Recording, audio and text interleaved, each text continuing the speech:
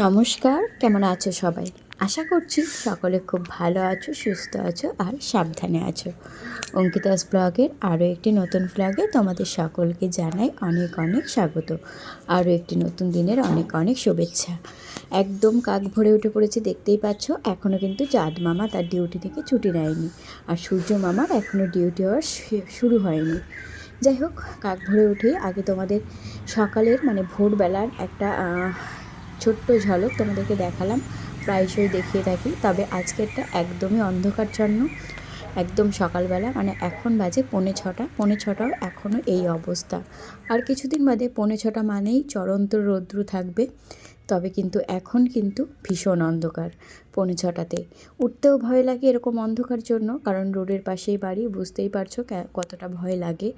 তো একটা পাড়া হলে একরকম, আমাদের তো পাড়া নয়, একটা খাপছাড়া খাপছাড়া বাড়ি। তো চলো ঘরের কাজবাজ শুরু করি। এই যে চলে এসেছি ডাইনিং টেবিল মুছতে, রান্নাঘরটা মোছা হয়ে গেছে।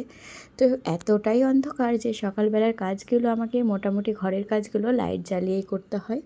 তো সেই কারণে এখানে লাইট জ্বালিয়েই রীতিমতো ডাইনিং টেবিলটা মোছামুছি করছি। এরপরে চলে যাব উঠোন ঝাড় দিতে, তারপরে ঘর ঝাড় দেওয়া, চা খাওয়া। আর সকালবেলা উঠলেই মনে হয় যে কখন চা খাওয়ার সময়টা আসবে, কারণ এই ঠান্ডাতে এই একটা মাত্র জিনিস আমাকে সকাল সকাল গরম রাখে, চা খাওয়া। এই যে চাটা করে নিয়েছি, আর সকালবেলা ঘুম থেকে উঠেই আগে মনটা আনচান করে চায়ের জন্য। চা খেয়েই বসিয়ে দিয়েছি রান্নাবান্না, ওদিকে ঘরটাও ঝাড় দেওয়া হয়ে গেছে। তো হঠাৎ ঠাম্মা বললো বাথরুমে যাবে, সেই কারণে তাকে বাথরুমে নিয়ে গেছিলাম।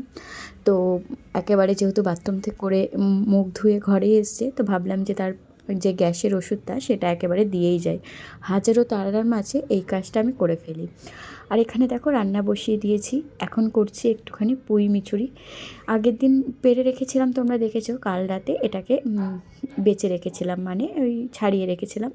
এখন একটুখানি ছোট ছোট করে আলু কেটেছি, সাথে একটুখানি পেঁয়াজ আর একটুখানি কুচি কুচি করে লঙ্কা দিয়ে দিয়েছি এখানে একটুখানি মটরশুঁটি, কারণ তরকারিটা পরিমাণে তো বাড়াতে হবে, কারণ পুঁই মিচুরিটা একদম অল্প।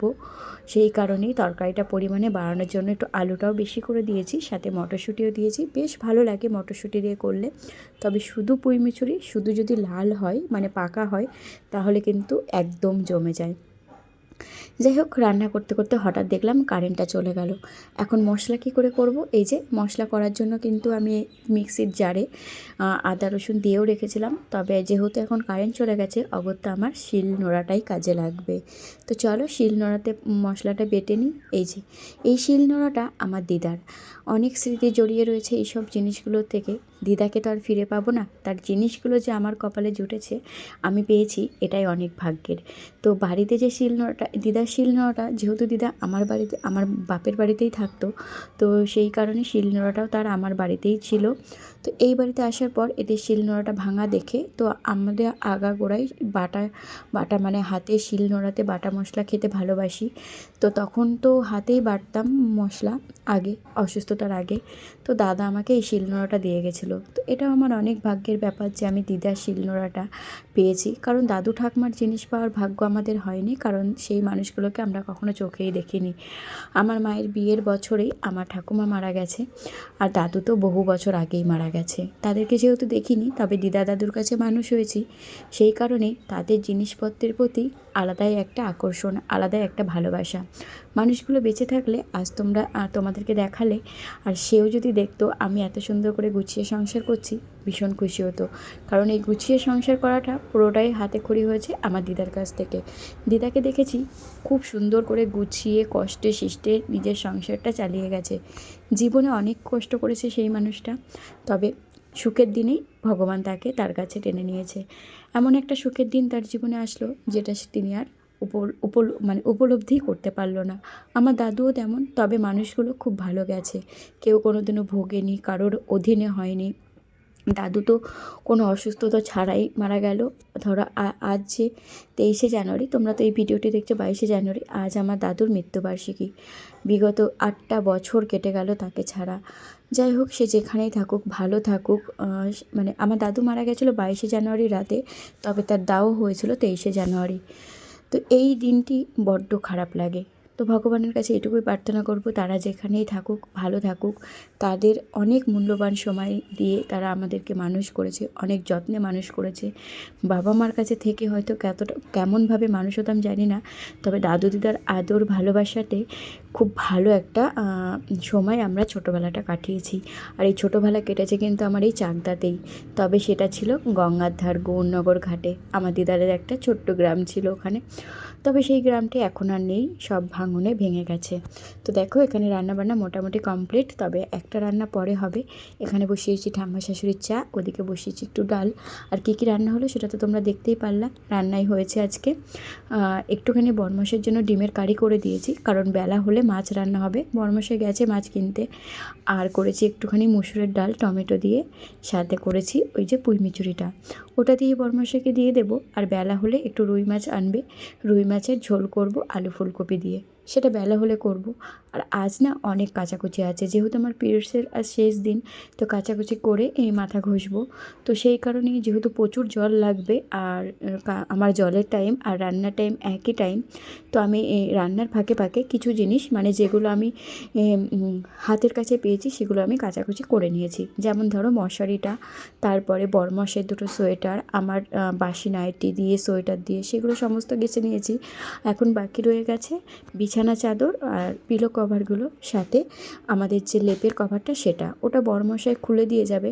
তো ওগুলো কাচা হয়নি একটাই কারণ, বরমশাই আমি যখন এইগুলো ভিজিয়েছিলাম আর কাচাকুচি করেছি তখন বরমশাই শুয়েছিল, সেই কারণে ওগুলো এখনও কাচা হয়নি। তবে ওগুলো বরমশাই কে বলেছি লেপের কভারটা যেন খুলে দিয়ে যায়, কারণ ওটা প্রচণ্ড ভারী, একা খোলা বা পরানো আমার প্রচুর পরিমাণে খাটনি হয়ে যায়, হাতগুলো ব্যথা হয়ে যায়, লেপটা এতটাই ভারী। তো খুলে দিয়ে গেলে তবেই আমি ওগুলো কাচবো। আর এখানে আমার মোটামুটি অনেকটাই কাচাকুচি হয়ে গেছে, তবে জল এখনও আছে। ওই জলগুলোই আমি বালতিতে ভরে ভরে রাখবো, পরবর্তীকালে যখন আমি বাসন মাজবো আর ওই বাকি জিনিসগুলো কাচবো আমার কাজে লাগবে। যেহেতু আমি আবার 12টায় জল আসবে, আর আমার এই কাচাকুচিগুলো মোটামুটি 12টার আগেই হয়ে যাবে, তো সেই কারণেই জল ভরে রাখা। তো চলো এখানে আমার জামা কাপড়গুলো মেলে নিই। আর মোটামুটি এই কাজের ফাঁকে ফাঁকে এই কটা কেচে নিয়েছি, তো পরে যখন আমি ওইগুলো কাচবো আমার অতটা খাটনিও হবে না, কারণ লেপের কভারটা প্রচণ্ড ভারী আর তেমন বড়, ওগুলো মেনলি আমার ওটা কাচতে গেলে ভীষণ খাটনি হবে। আর একসাথে যদি এতগুলো কাচতে যাই সেটাতে আরও বেশি কষ্ট হবে। যেহেতু অল্প কটা কেচে ফেলেছি সেই কারণেই আর অতটা কষ্ট হবে না। আর উঁকি মেরে কী দেখছিলাম বলো তো, দেখলাম যে আমি ভিডিওটা অন করেছি কিনা। অনেক সময় ক্যামেরা তো ফিট করে রাখা হয়, কিন্তু মাঝে মাঝে ভিডিও অন করতেই ভুলে যাই।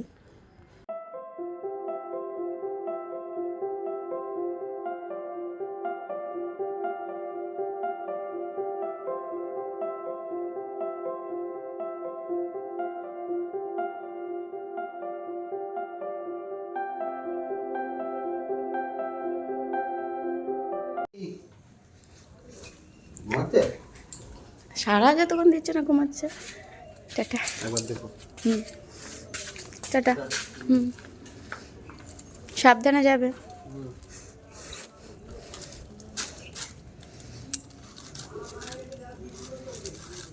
তোমার তেল সব ওতে রাখা আছে তো, আর দিয়েছি গামছা টামছা এগুলো।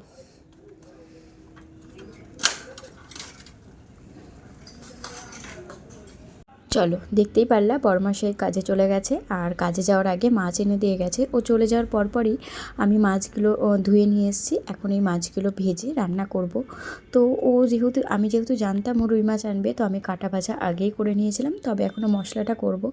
এই মাছের ঝোলের মশলাটাও আমি হাতেই বাটবো, শিল যেহেতু একবার পাতা হয়েছে, তো ভাবলাম আবার কেন মিক্সি জার এঁটো করব, তো একবারই শিলপাটায় বেটে নিই। তো দেখো শিলপাটার মশলা অনেক দিন খাইনি, শুধুমাত্র এখন বাটতে পারি না বুকে ব্যথার জন্য। এটাতে বাটা আমার কোনো কষ্ট হয় না, কিন্তু এখন যেহেতু বুকে ব্যথা তো ওটাতে একটু চাপ পড়ে, সেই কারণে বাটতে চাই না। কারণ আমি অসুস্থ পড়ে থাকলে আমি অসুস্থ হয়েই পড়ে থাকতে হবে, আমাকে দেখভাল করার মতো বা আমাকে সুস্থ করে তোলার মতো মা আর বরমশাই ছাড়া এই পৃথিবীতে আর কেউ নেই। তো এই সংসার থেকে এইসব জিনিস আমি আশাও করি না। এই সংসার থেকে আমি যা পেয়েছি সেটা আমি কোনো দিনও বলতে পারবো না। তো যাই হোক, চলো সংসারের কথা সংসারেই থাক। এখানে দেখো বাটা মশলাটাও আজকে তরকারিটা একটু কষিয়েই করবো, যেহেতু হাতে মশলা বাটছি। তো উনুনে রান্না করা, শিল পাটাতে মশলা বেটে খাওয়া এমনিতেও আমাদের স্বাস্থ্যের জন্য খুব ভালো। তো তো সেগুলো আমরা জানি ঠিকই, তবে কিন্তু মানতে চাই না এখন আমাদের অনেক সুবিধা হয়ে গেছে। সুবিধা ভোগ করতে করতে আমরা যেন অলস হয়ে পড়ছি। আগেকার দিনে মা ঠাকুমারা কিন্তু এইভাবেই রান্না করেছে। আগে তো শুনেছি পাথরের হামানদিস্তাতে মানে হাতে পেশাই করে মশলা করতে হতো, তারপরে আসলো শিলপাটা। কিন্তু যাই হোক, মানুষ বলে না বেশি সুবিধাবাদী হয়ে গেলে যা হয় আর কি, অলস হয়ে যাওয়া। আমরাও কিন্তু এখন তাই হয়ে গেছি। গ্যাস আসার পর উনুন ভুলে গেছি, মিক্সি আসার পর শিলপাটা ভুলে গেছি। তো যাই হোক, চলো ওখানে তরকারিটা বসিয়ে দিয়ে এসেছি। তরকারিটা হচ্ছে, ঝোল ফুটছে, আমি এখানে চলে আসলাম বিছানা চাদরটা পাততে। ওগুলো তুলে নিয়ে ভিজিয়ে দিয়েছি। এখন এই পাতাপাতির কাজটা করে রাখলে না, স্নান করে আসার পরে আমার আর কোনো এনার্জি থাকে না যে এগুলো করব। তবে কাজ করতে করতে কাজের একটা যেহেতু এনার্জি থাকে, তো এই কাজের ফাঁকে ফাঁকে এই কাজগুলো করে ফেললে হয়ে যাবে। আমি যদি এই কাজটা এখন ফেলে রাখি যে স্নান করে এসে তারপরে একেবারে ফ্রেশ হয়ে তখন গিয়ে বিছানা চাদরটা পাতবো, আমার একদম আলিস্যি লেগে যাবে, আমার আর তখন হয়ে উঠবে না। তাই ভাবলাম আগে যেহেতু তরকারিটা ফুটতে সময় লাগবে, তরকারিটা হতে হতে আমার এইখানে এই কাজটা হয়ে যাবে। সেই কারণেই ওখানে তরকারিটা বসিয়ে দিয়ে এসেছি। এখন কিছু বাসন মাজা হয়ে গেছে, আর তরকারিটা হলে ওই কড়াইটা আর বালতিটা দিয়ে আর গ্যাসের যে ঝিকটা আছে ওটা দিয়ে মাজলেই কমপ্লিট। তারপরে রান্নাঘর পরিষ্কার করব। আর কিছু জামা কাপড় নয়, লেপের কভার আর বেড কভার আছে, ওগুলো কাচবো। এখনও অনেক কাজ আছে, ঘর মোছা হয়নি, ঘর মুছতে হবে। তো যাই হোক, চলো এখানে আমি ঝটপট করে বিছানার চাদরটা পেতে নিই।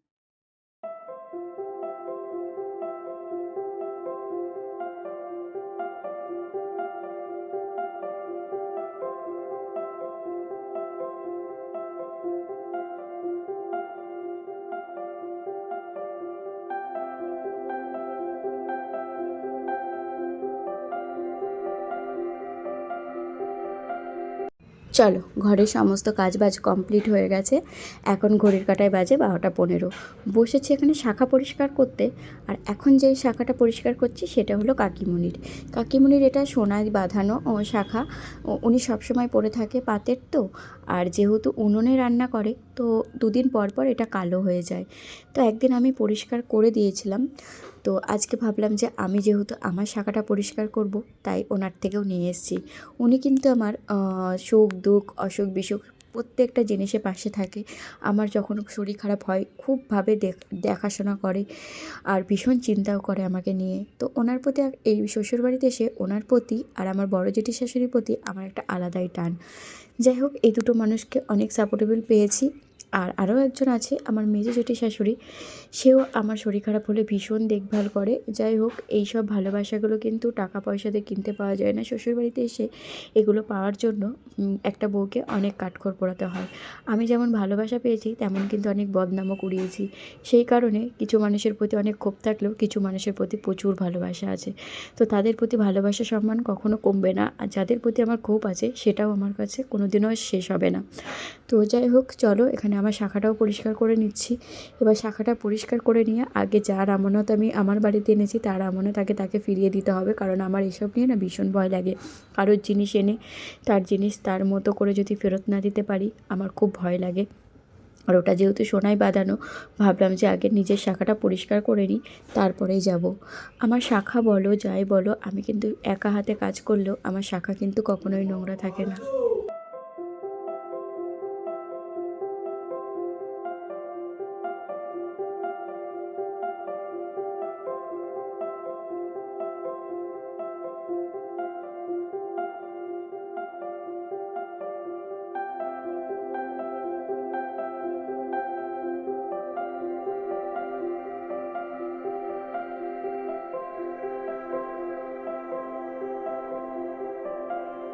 চলো, পরিষ্কার করা কমপ্লিট হয়ে গেছে। যার আমানত তার কাছে ফেরত দিয়ে আসি, আর তার মুখ থেকে শুনে আসি জিনিসটি আদৌ পরিষ্কার হয়েছে কিনা।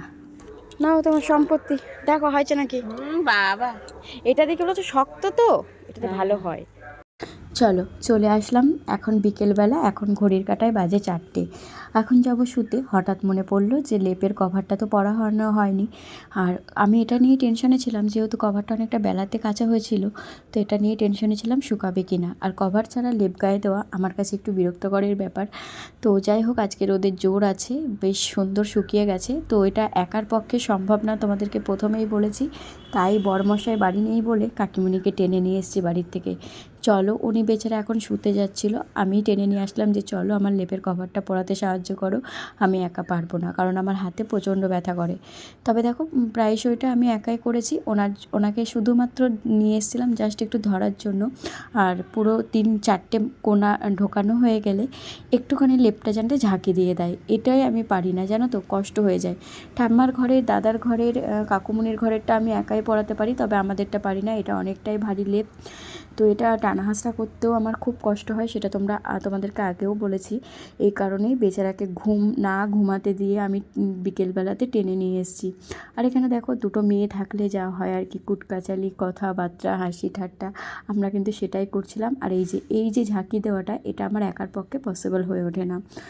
তো সেই কারণেই কাকিমণিকে টেনে নিয়ে এসেছি। তো বড়মশাই হঠাৎ এসেই আমাকে জিজ্ঞাসা করলো, লেপের কভার একা একা পরিয়ে ফেলেছো? তখন তাকে এই ভিডিওটা দেখিয়েছি প্রুফ হিসাবে যে আমি একা পড়াইনি, কারণ একবার যদি জানতে পারে আমি একা পড়িয়েছি আর কোনো দিন আমার হেল্প করে দেবে না। তো যাই হোক, এই জন্য প্রুফ রেখেছিলাম যেটা আমি একা করিনি, কাকিমণিও করে দিয়েছে আমার সাথে সাথে। তো বেচারা আমার অনেক হেল্প করে, এই কারণেই কিন্তু আমিও চেষ্টা করি তার হাতে হাতে একটু কাজ করে দেওয়ার। আমি তো আর তার সংসারের কোনো কাজ করে দিতে পারি না। আমি অসুস্থ হলে কিন্তু আমার জেঠি শাশুড়ি আর এই কাকি শাশুড়ি মিলে আমার অনেক সাহায্য করে, অনেক কেয়ার করে। তো আমি কিন্তু তারা অসুস্থ হলে আমি কিছুই করতে পারি না, কারণ আমার নিজের সংসারে প্রচুর কাজ। তো সেই কারণেই চেষ্টা করি তাদের অল্প বিস্তর কোনো কাজ যদি করে দিতে পারি আমার খুব খুশি লাগে। আমার এই কাকি শাশুড়ি থাকাতে আমি এই বাড়িতে আসার পরেও পুজো দেওয়ার জন্য কোনোদিনও ফুলের চিন্তা করতে হয়নি। তো যাই হোক, চলে আসলাম সন্ধ্যেবেলা, অনেকটা টাইম ঘুমিয়েছি। কালকেও অনেক ঘুমিয়েছিলাম, আজকেও দুপুরবেলা বেশ অনেকখানি ঘুমিয়েছি। আর ঘুমানোতেই শরীরটা একদম ঝরঝরা হয়ে যাচ্ছে। তো যাই হোক, ঘুমটা ভালো হলে, দুপুরের ঘুমটা দুপুরে হয়ে গেলে কিন্তু শরীরটাও অনেকটা ভালো লাগে। তো তড়িঘড়ি করে ঘুম থেকে উঠেই আগে ঠাম্মাকে দিয়ে দিয়েছিলাম 7টার ওষুধটা, তারপরে করে নিয়েছি আমাদের জন্য চা। আর আজকে আমাদের বাড়ি আসার কথা আছে এই ব্যক্তিটার। এটি হলো আমার মামা শ্বশুরের ছোট ছেলে, মানে বড় মামা শ্বশুরের। বিয়েটা হলো এর দাদার, মানে আমার বড় মামা শ্বশুরের বড় ছেলের। তো বিয়েটা হচ্ছে তোমার ফেব্রুয়ারি মাসের 25 তারিখে। আজ এসছেন নিমন্ত্রণ করতে। আর এখানে দেখছিলাম ঠাকুমার নামটা ঠিক আছে কিনা। তো এটা হলো আমার ছোট দেওর বলতে পারো, কিন্তু আমরা সেম এজেরই, তবে বড় মাসের থেকে যেহেতু ছোট তাই সেটা দেওর। আর ওখানে রয়েছে বড় মামা শ্বশুর। তো এখন বড় মামা শ্বশুর এই যে গেছে ঠাম্মার কাছে নিমন্ত্রণ দিতে। তো এইটার জন্য আমরা সবাই খুব এক্সাইটেড যে বিয়েটা কবে হবে। অনেক দিন পরে শ্বশুরবাড়িতে একটা বিয়ের নিমন্ত্রণ পাচ্ছি, যেটা নিজেদের মতো করে আনন্দ করতে পারবো। চলো, তোমরা তো দেখলাই যে আমার বড় মামা শ্বশুর এসেছিলো। আর এটা হলো বড় মামা শ্বশুরের বড় ছেলে, মানে আমার মামাতো ভাসুরের বিয়ে। তো তার বিয়ের কার্ডটা কি সুন্দর করেছে দেখো। চলো এটা আনবক্সিং করি। এটা দেখো কি সুন্দর করেছে।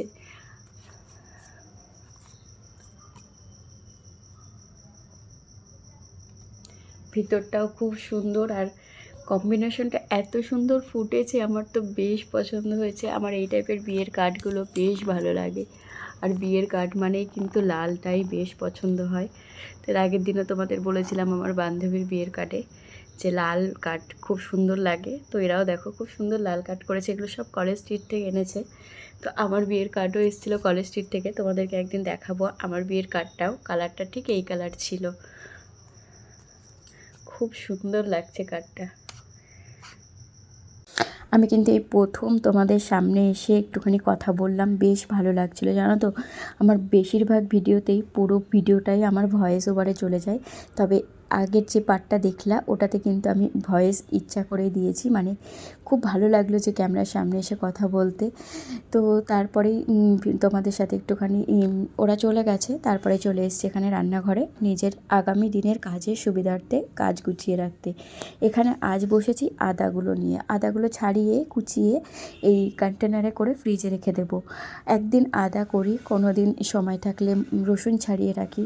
তো এগুলো হচ্ছে আমার পরবর্তী সময়ে অনেক অনেক হেল্প করে রাতে সকালের কাজের ক্ষেত্রে। তো এগুলো করা থাকলে সকালে এসব নিয়ে টেনশন করা লাগে না, কাটাকুটির ঝামেলাটা থাকে না।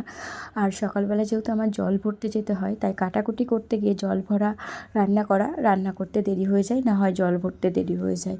সেই কারণেই এখানে আমি আদাটা ছাড়িয়ে রাখছি। আজকে যেহেতু যে দুদিন ধরে দুপুরবেলার ঘুমটা ঠিকঠাক মতো হচ্ছে বলে রাতে কিন্তু অনেক কাজ করতে পারছি। আর এই রাতের এই টাইমটায় শুলে ঘুম থেকে উঠে আর কোনো কাজ করতে ইচ্ছা করে না, ভাতটা বসিয়ে দিয়েও মনে হয় যেন শুয়ে থাকি। তো যাই হোক, চলো এখানে আদাগুলো বেশ ভালো করেও কুচিয়ে নিয়েছি, আর সবগুলো করিনি এখন, এই কটাই করলাম, আর কিছুটা রয়েছে ওটা থাক, আবার কিছুটা কমে আসলে তারপরে এইগুলো করব। তো এগুলো এখন প্লাস্টিকে করে ফ্রিজে রাখবো। চলো এখন খাওয়া দাওয়ার পার্টটা হবে। যাই হোক, খাওয়া দাওয়া হয়ে গেছে, এখন আমরা দুজন মিলে গিয়ে বাসনটাও মেজে এনেছি। এখন ভীষণ ঠান্ডাও লাগছে, সন্ধ্যার দিকে একটু গরম গরম লাগলেও এখন একটু ঠান্ডা ঠান্ডা লাগছে। তো এখন বাসনগুলো উপর দিয়ে দুধ খাওয়া হয়ে গেলে আমাদের মোটামুটি কাজ শেষ। ওদিকে আমি দুধটাও বসিয়ে দিয়েছি, আর এখানে চলে এসেছি বাসনগুলো উপর দিতে। ঠাম্মা কাকুমনি ওরা তো ওদের মতো খাওয়া দাওয়া করে শুয়ে পড়েছে, তবে আমার আর আমার বরমশাইয়ের কিন্তু সেই সুযোগটা নেই যে খাওয়া দাওয়া করে হাত ধুয়ে উঠেই শুয়ে পড়বো।